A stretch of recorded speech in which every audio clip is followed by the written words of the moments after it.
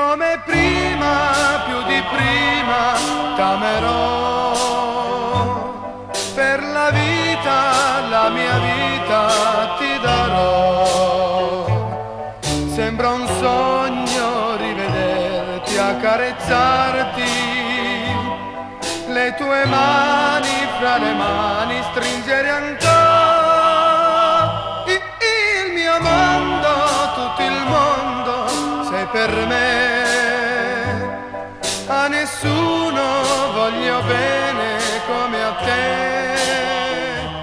Donc en fait Florence c'est la 8e ville d'Italie, la 8e plus grosse ville d'Italie et c'est la capitale de la Toscane. Et en fait la cathédrale que vous voyez derrière moi c'est la cathédrale Santa Maria del Fiore, si je le prononce bien. Et avec le Ponte Vecchio c'est un des symboles de Florence. On peut visiter l'intérieur de la cathédrale mais la partie la plus jolie c'est le dôme et pour visiter le dôme il faut s'inscrire à des horaires spécifiques plusieurs semaines à l'avance. Et on devrait aller visiter le Ponte Vecchio un peu plus tard dans la journée.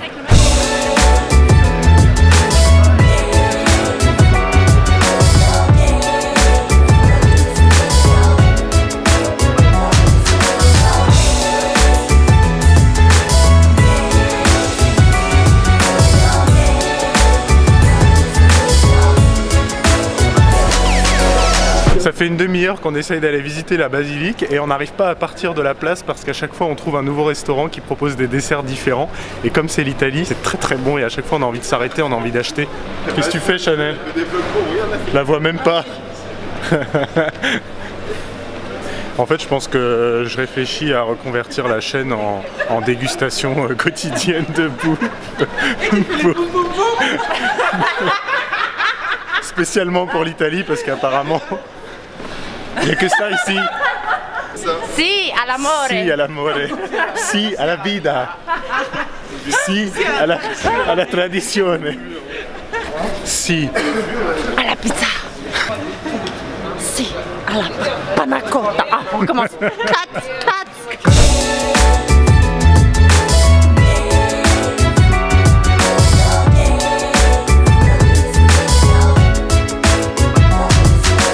C'est vraiment à ça qu'on s'attend quand on vient en Italie, on s'attend à tomber sur des choses bonnes à manger à chaque coin de rue et c'est vraiment le cas.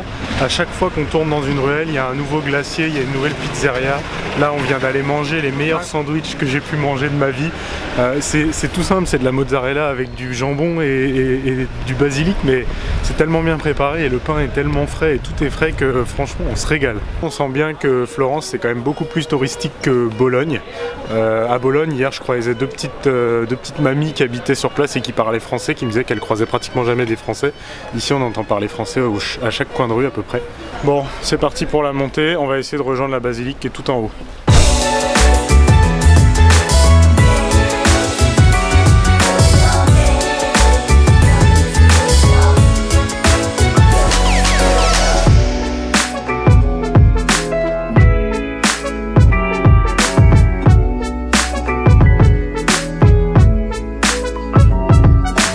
Alors, que je me trompe pas, ici, vous avez l'église di Santa Croce. Là, c'est la cathédrale où on était à l'heure de Santa Maria del Fiore. Et là, c'est le Palazzo Vecchio. Et tout derrière, il y a le Ponte Vecchio sur lequel on est passé pour venir jusqu'ici de l'autre côté du fleuve. Encore des fesses.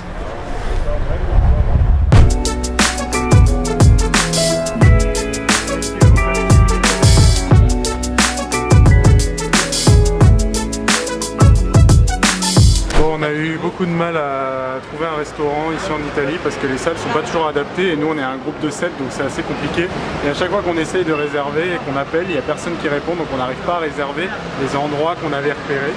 Donc là on a repéré, c'est Chanel qui a trouvé ça, une petite pizzeria qui paye pas de mine à l'entrée mais qui fait apparemment des très très bonnes pizzas. Ça s'appelle Pizza Man et on devrait y arriver dans une dizaine de minutes. Pizza Man.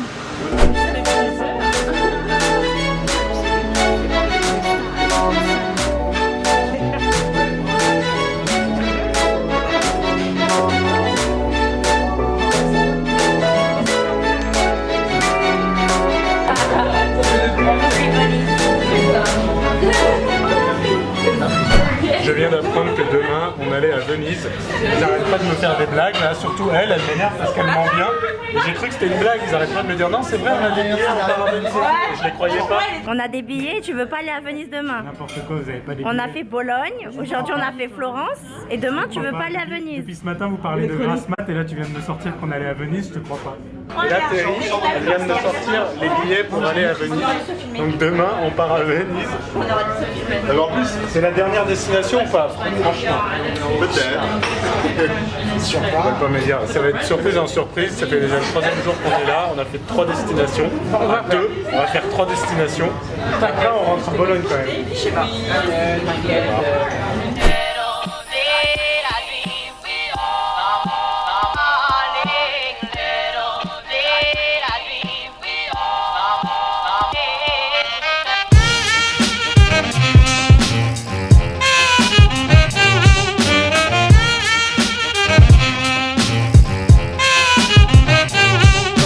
On vient d'arriver à Venise et la première chose qu'on voit en sortant de la gare, on est direct sur les canaux avec les gondoles, on est direct dans l'ambiance, c'est la totale.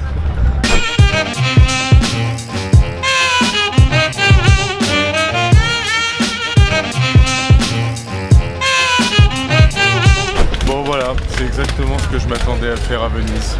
Boire un café au bord du canal. En fait, c'est tellement leur moyen de transport ici, les gondoles à Venise, qu'ils ont même des klaxons installés dessus et ça leur permet de naviguer et de pouvoir avertir quand ils arrivent et quand ils passent sous les ponts.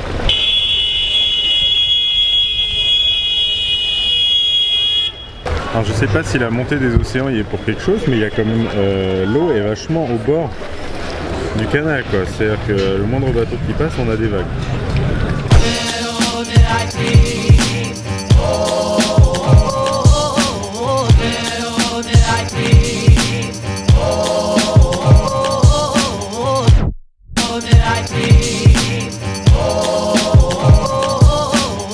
C'est vraiment une rue, on pourrait croire que c'est l'intérieur d'un immeuble, mais en fait c'est vraiment une rue.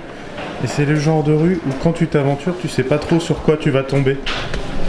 D'ailleurs, je sais pas trop sur quoi je vais tomber, mais j'y vais. Peut-être que je vais tomber sur des gens. D'autres petites rues.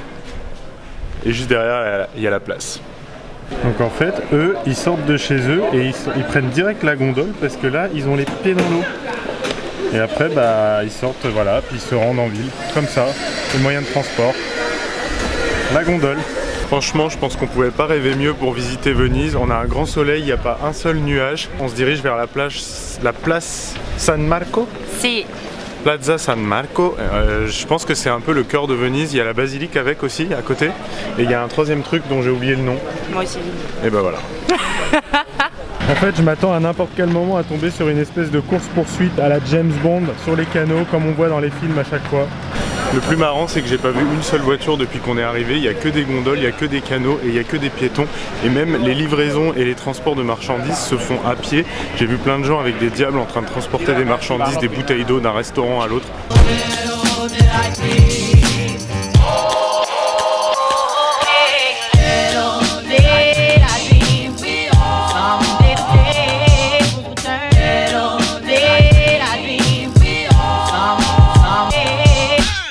Alors c'est assez triste de se dire qu'avec la montée des océans et les fondations de la ville qui vieillissent, les scientifiques ont estimé que la ville allait disparaître dans 80 ans. Et donc tout ça, ça se retrouvera un jour sous l'eau, en ruine. Donc c'est maintenant qu'il faut venir visiter Venise. C'est maintenant parce qu'il ne reste plus beaucoup d'années là. C'est incroyable le monde qui est ici en fait. J'ai l'impression que tout le monde se trouve sur la place San Marco. Et en plus quand on voit qu'il y a déjà du monde dans les rues,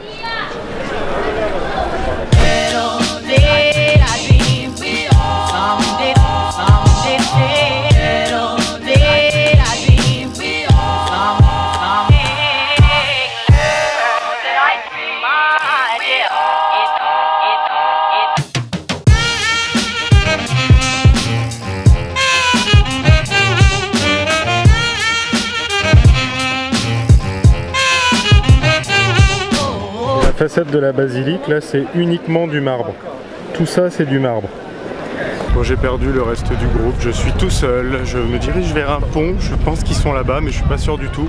On est tous partis dans des directions différentes pour prendre en photo la place et Quand j'essaye d'appeler, personne répond. 1, 2, 3.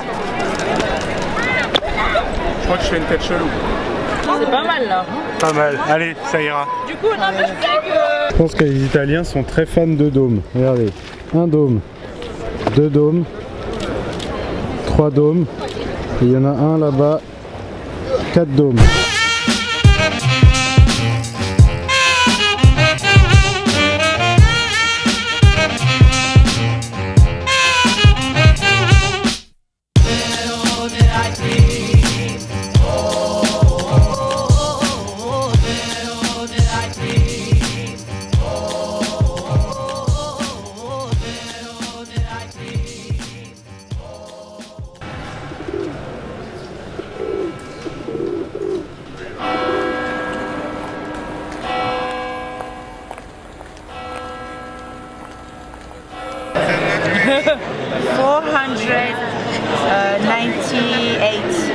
Steps. 98. 500 quoi.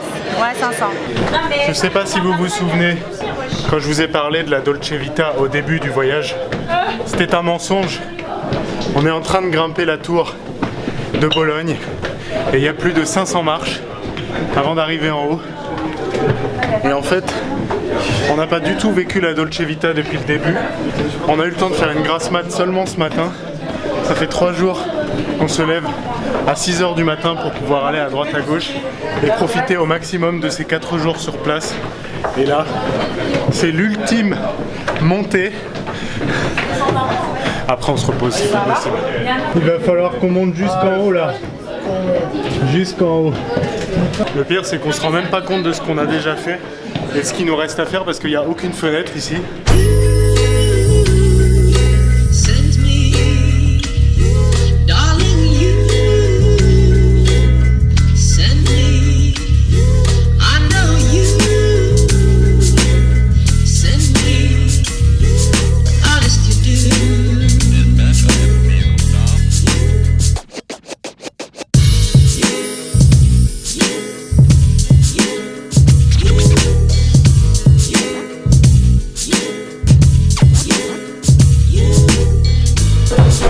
Bon, c'était pas le jour le plus ensoleillé pour y aller, mais au final il y avait un effet avec la brume qui était plutôt sympa, ce qui fait qu'on voyait pas du tout l'horizon et ça donnait une impression de continuité très sympa.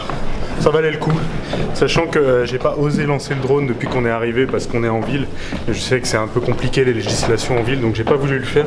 Au moins ça permet d'avoir une vue du dessus de la ville et de voir un peu à quoi ça ressemble, surtout que la ville de Bologne elle est appelée la ville rouge.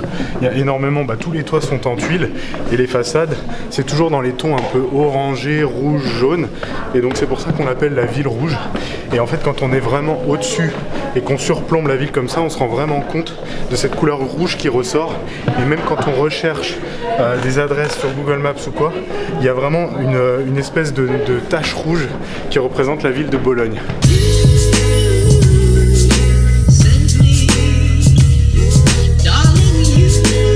Alors ici en Italie, ils ont quelque chose qui s'appelle l'apéritivo et en fait il suffit de commander à boire dans un bar et on a le droit de se servir dans un buffet à volonté et ça coûte seulement 1 € de plus que le prix de la boisson.